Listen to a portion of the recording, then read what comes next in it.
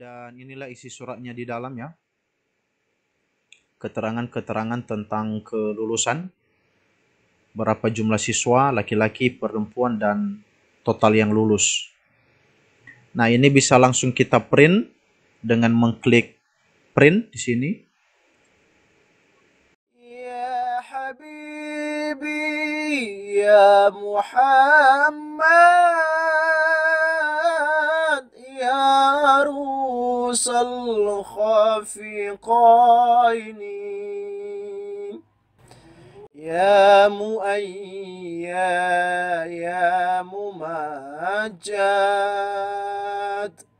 ya Imam al-Qiblataini.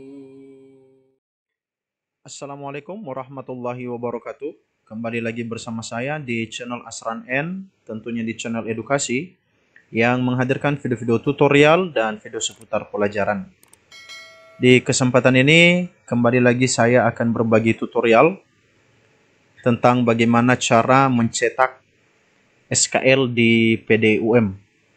Jadi seperti yang pernah saya bicarakan di video sebelumnya, untuk melihat video sebelumnya bisa melalui kartu di atas ini, di pojok kanan atas. Ini tentang proses penginputan nilai ijazah dan sebagainya.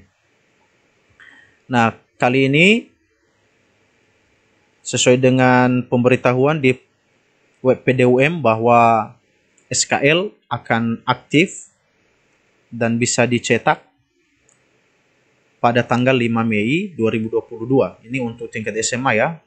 Dan tentunya nilai ijazahnya sudah di-input. Oke, tanpa berlama-lama seperti biasa kita masuk ke web PDUM. Di pdum.kemenag.go.id, kemudian kita login sehingga kita bisa masuk ke berandanya. Nah, setelah itu kita masuk ke bagian menu sebelah kiri, ini ada status UM. Nah, di sini di bagian pernyataan, kalau kemarin ini belum bisa dicetak, sekarang sudah bisa dicetak ya. Jadi kita bisa klik cetak pernyataan. Nanti akan muncul tab baru. Dan inilah isi suratnya di dalam ya.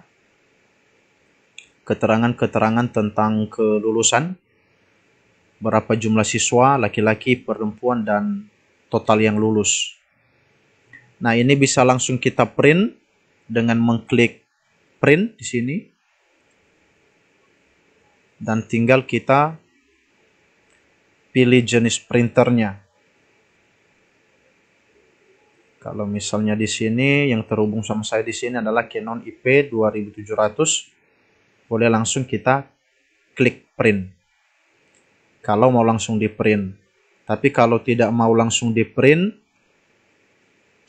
kita cancel saja.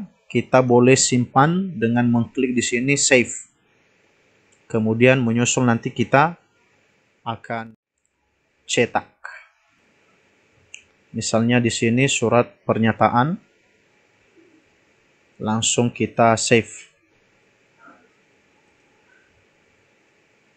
Oke. Ini saya close saja.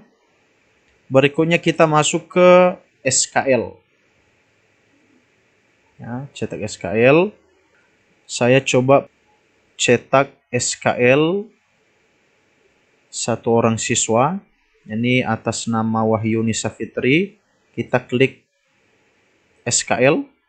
Kemudian akan muncul tab baru. Dan inilah kira-kira tampilan SKL-nya. Ini ya.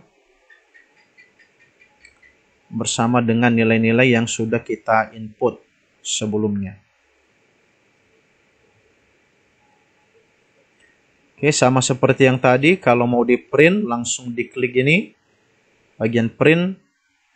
Kalau mau disimpan juga boleh, baru habis itu di print nantinya. Di sini saya coba simpan saja.